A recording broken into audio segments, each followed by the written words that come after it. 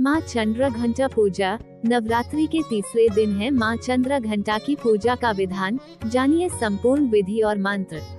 नवरात्रि की शुरुआत हो चुकी है। नवरात्रि के 9 दिनों तक माँ दुर्गा के अलग अलग स्वरूपों की पूजा करने का विधान है। माँ दुर्गा की तीसरी शक्ति का नाम चंद्र घंटा है।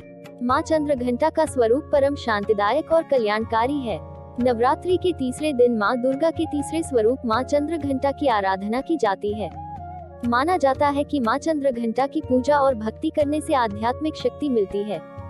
धर्म शास्त्रों के अनुसार नवरात्रि के तीसरे दिन जो भी जातक माता के तीसरे रूप माँ चंद्र घंटा की पूजा अर्चना करता है, उसे माता की कृपा प्राप्त होती है। इस साल नवरात्रि का तीसरा दिन ही।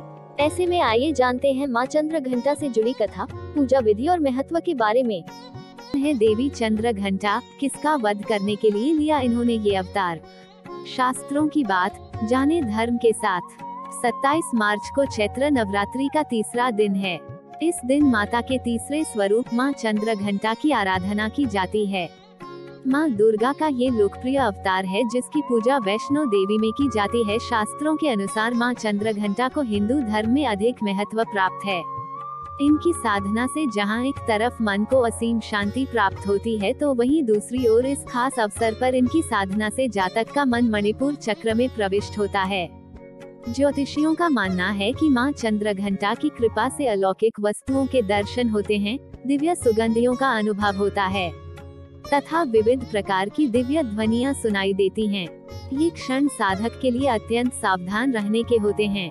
अब आप इतना तो जान ही चुके हैं कि आज मैं आपसे माता चंद्र घंटा के बारे में ही बात करने वाले हूँ, तो चलिए फिर देर किस बात की बताते हैं आपके माता चंद्र घंटा के बारे में, जो अपने भक्तों को देती हैं वरदान।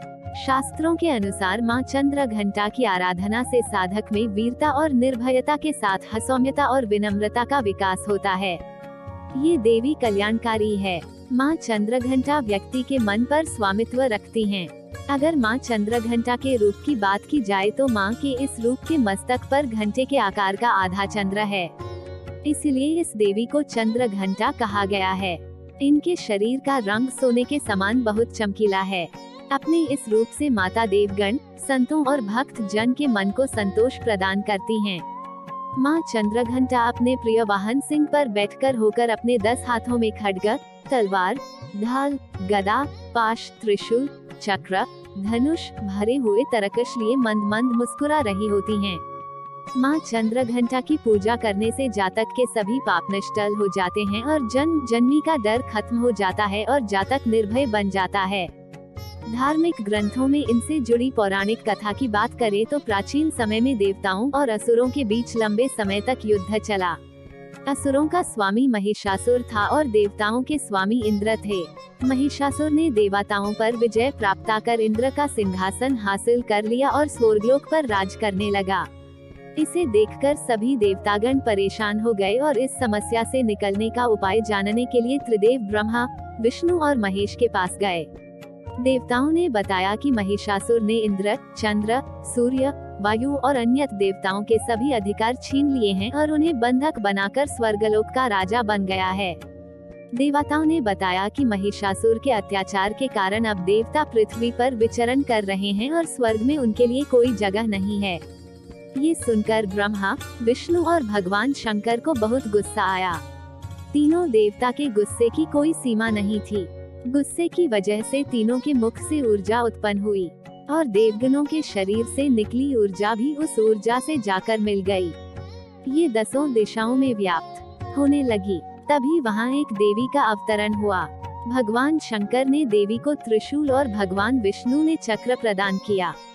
इसी प्रकार अन्य देवी देवताओं ने भी माता के हाथों में अस्त्र शस्त्र सजा दिए। इंद्र ने भी अपना वज्र और ऐरावत हाथी से उतरकर एक घंटा दिया। सूर्य ने अपना तेज और तलवार दिया और सवारी के लिए शेर दिया। तभी उनका नाम चंद्र घंटा पड़ा। अब देवी महिषासुर से युद्ध के लिए पूरी तरह से तैयार थी। उनका विशालकाय रूप देखकर महिषासुर ये समझ गया कि अब उसका काल आ गया है। महिषासुर ने अपनी सेना को देवी पर हमला करने को कहा। अन्य दैत्य और दानवों के दल भी युद्ध में कूद पड़े, लेकिन देवी ने एक ही झटके में दानवों का संहार कर दिया। इस युद्ध में महिषासुर तो मारा ही गया, साथ में अन्य बड़े दानवों और राक्षसों का भी संहार माँ के हाथों कर दिया। इस तरह माँ ने सभी देवताओं को असुरों से मुक्ति दिलाई। ज्योतिष शास्त्र के अनुसार चलिए देवी चंद्रघंटा की साधना करते हुए खास ध्यान रखना चाहिए। सबसे पहले नहा धोकर घी का दीपक जलाएं और फिर कलश में गंगा जल मिला लें। साथ ही कलश में दूर्वा, सुपारी, सिक्का, केसर, चावल, बेलपत्र डालें। माँ को पीले फूल चढ़ाएं। दूध, दही, शहद, गुड़, घी का पंचामृत चढ़ाएं। लाल अनार, गुड़ या गुलाब जामुन का भोग लगाएं। साथ ही 21 रुपए की दक्षिणा चढ़ाएं। माँ के इस रूप की पूजा करने से नौकरी, बिजनेस में आ रही परेशानी दूर होगी। साथ ही घर के सभी कलेश भी खत्म हो जाएंगे और आप एक बेहतर जिंदगी जी पाएंगे। इसके अलावा देवी चंद्रघंटा के निम्न अचूक मंत्र का जप करें। माँ चंद्रघंटा के मंत्र। पिंज प्रवरुणा चंद्रकोपास्त्रिकेर्युता प्रसादम तनुते मह्यम चंद्रघंटति विश्रुता या देवी सर्वभूतेषु माँ चंद्रघंटा रूपेण संस्थिता। नमस्तस्यै नमस्तस्यै नमस्तस्यै नमो नमः। माँ चंद्रघंटा की वीडियो अच्छी लगी हो तो प्लीज लाइक, शेयर, सब्सक्राइब कर देना। माँ चंद्रघंटा का आशीर्वाद आप पर और आपके परिवार पर सदैव बना रहेगा। जय माँ चंद्रघंटा। Thank you.